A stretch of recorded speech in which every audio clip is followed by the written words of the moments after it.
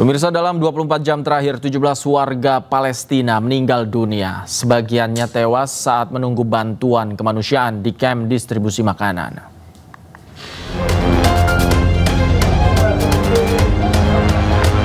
Serangan tentara Zionis Israel masih terjadi hingga detik ini ke warga Gaza.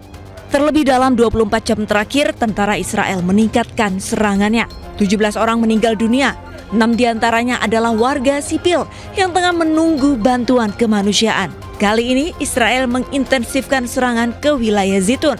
4 hari terakhir Israel membombardir kawasan ini. Banyak orang tidak dapat meninggalkan daerah ini karena tembakan artileri tentara Zionis. Data PBB per 23 Juli 2025, jumlah kematian meningkat. 60.000 lebih warga Gaza tewas dan 1.000 diantaranya meninggal saat mencari pasokan makanan dan bantuan kemanusiaan.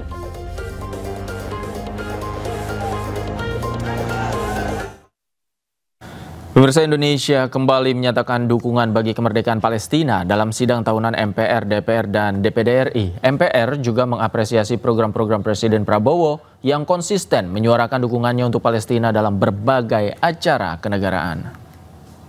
Menyaksikan konflik berkepanjangan dan kebiadaban yang memenuhi syarat unsur genosida di Gaza, Palestina.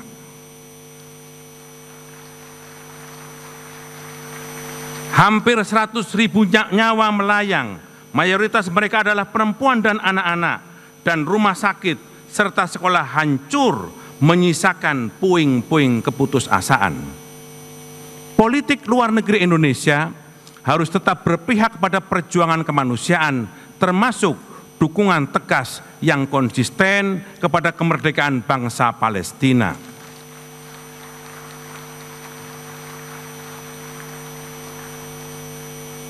Kita telah membuktikan komitmen itu melalui berbagai forum internasional seperti Konferensi Asia Afrika, Gerakan Non-Blok, yang menjadi monumen internasional dan kini menjadi inspirasi bagi banyak bangsa-bangsa di dunia.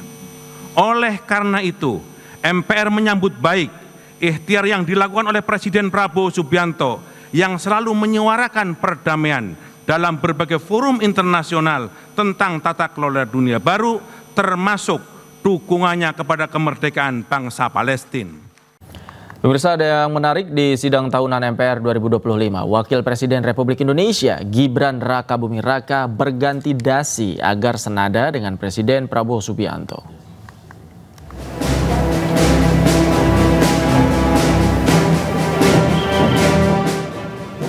Wakil Presiden Gibran Rakabuming Raka tiba di Gedung Nusantara mengenakan dasi warna merah Jumat pagi.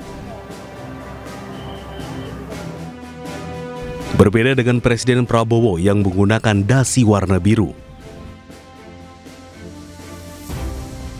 Bahkan saat momen sesi foto bersama dengan Presiden Prabowo Subianto dan pimpinan DPR jelang sidang tahunan MPR dan sidang bersama DPR dan DPD, Wakil Presiden Gibran nyaris telat berfoto bersama. Dan ada yang menarik, Gibran tidak lagi memakai dasi warna merah melainkan mengganti dasi yang senada dengan Presiden Prabowo Subianto. Presiden Prabowo Subianto dan Wakil Presiden Gibran Rakabuming Raka kemudian memasuki ruang sidang usai sesi berfoto. Dalam agenda sidang tahunan MPR ini, Prabowo menyampaikan pidato kenegaraan antara lain terkait hasil kinerja pemerintah selama 300 hari sejak ia dilantik pada Oktober 2024. Tim Liputan iNews melaporkan. Pemirsa, Presiden Prabowo Subianto sampaikan pidato nota keuangan dan RAPBN 2026. Presiden mengatakan program unggulan pemerintah telah dirasakan manfaatnya oleh jutaan rakyat Indonesia. Hal itu disampaikan dalam pidato nota keuangan Prabowo Subianto Jumat siang. Presiden mengalokasikan anggaran untuk program makan bergizi gratis hingga 335 triliun rupiah di tahun 2026. Prabowo mengatakan hingga saat ini jumlah penerima program MBG mencapai 20 juta orang. Program unggulan lain seperti cek kesehatan gratis, revitalisasi sekolah, dan sekolah rakyat juga dirasakan manfaatnya oleh jutaan rakyat Indonesia. makan bergizi gratis hari ini telah mencapai 20 juta penerima manfaat. Cek kesehatan gratis sudah mencapai lebih dari 17 juta penerima manfaat. Revitalisasi sekolah sudah sampai lebih dari 13.000 sekolah dan madrasah. Sekolah rakyat sudah mencapai 100. Pembentukan koperasi desa dan kelurahan Merah Putih telah dimulai tahun ini. 80.000 koperasi telah dibentuk. Dan pada akhir tahun 2025 ini, selain itu, dalam pidato RAPBN dan Nota Keuangan 2026, Presiden Prabowo mengaku akan membenahi BUMN. Hal ini langsung mendapat standing applause dari seluruh anggota DPR dan undangan. Saudara-saudara sekalian, aset yang dimiliki bangsa Indonesia yang berada di BUMN kita, asetnya adalah senilai lebih dari 1.000 triliun US dollar. Harusnya BUMN itu menyumbang kepada kita minimal 50 miliar dolar. Kalau 50 miliar dolar, APBN kita tidak defisit, saudara-saudara.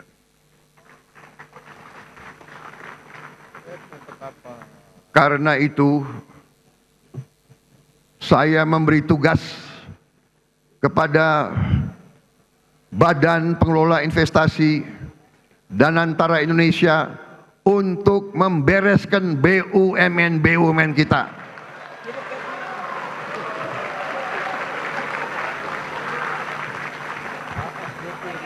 Tadinya pengelolaannya secara tidak masuk akal.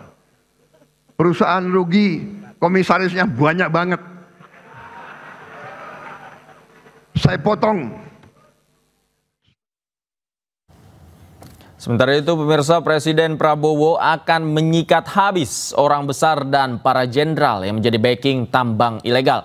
Peringatan keras ini disampaikan saat Prabowo pidato kenegaraan di gedung DPR MPR. Presiden Prabowo Subianto memperingatkan seluruh jenderal hingga mantan jenderal yang diduga membackingi aktivitas tambang ilegal di Indonesia.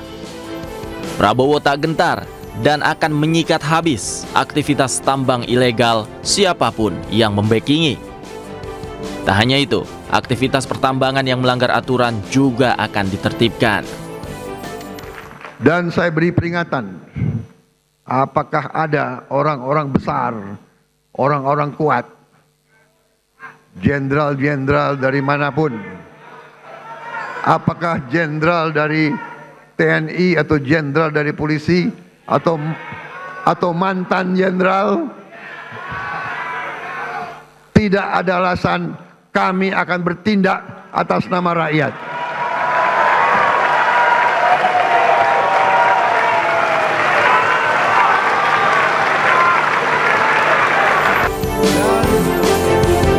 Presiden telah mendapatkan laporan dari aparat keamanan bahwa ada sekitar 1.063 tambang ilegal yang saat ini masih beroperasi. Untuk menindak hal itu, Prabowo juga meminta dukungan dari parlemen dan seluruh partai politik saat pidato kenegaraan di gedung DPR MPR. Dari Jakarta, Tim Liputan iNews melaporkan. Kondisi kesehatan warga Gaza sudah berada dalam kondisi katastrofik. Rumah sakit kewalahan karena obat menipis dan ancaman penyakit bermunculan. Dan informasi yang akan hadir ini, pemirsa, sekaligus menutup jumpa kita di iNewsroom malam hari ini. Temukan informasi-informasi terbaru lainnya di www.inews.id. Dan cuplikan tayangan berita iNews dapat Anda saksikan di kanal YouTube @officialinews. Akhir kata mewakili kerabat kerja yang bertugas, saya Davi Pratama pamit undur diri. Terima kasih, selamat malam, selamat berakhir pekan, sampai jumpa.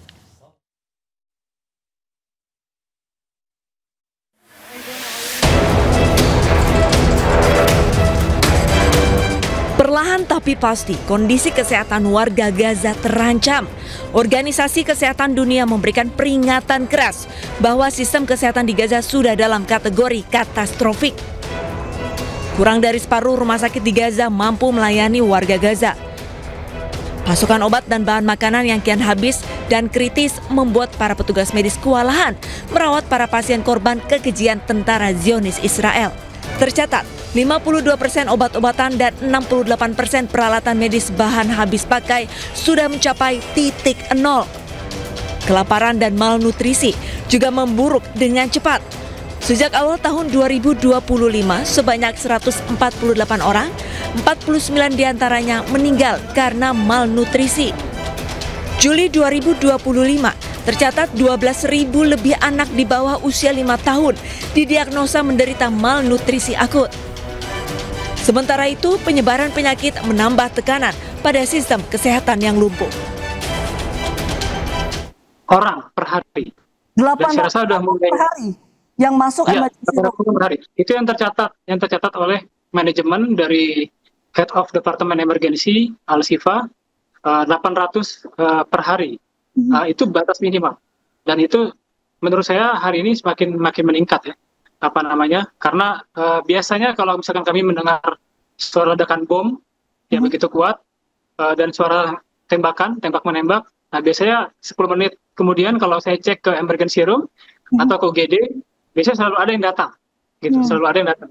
Jadi terkadang-kadang ledakan bom dan suara senjata api itu juga menjadi kode bagi saya nanti akan ada yang datang kembali ke para korban ke UGD. Akses bagi tim medis dan pasokan internasional menjadi kendala besar.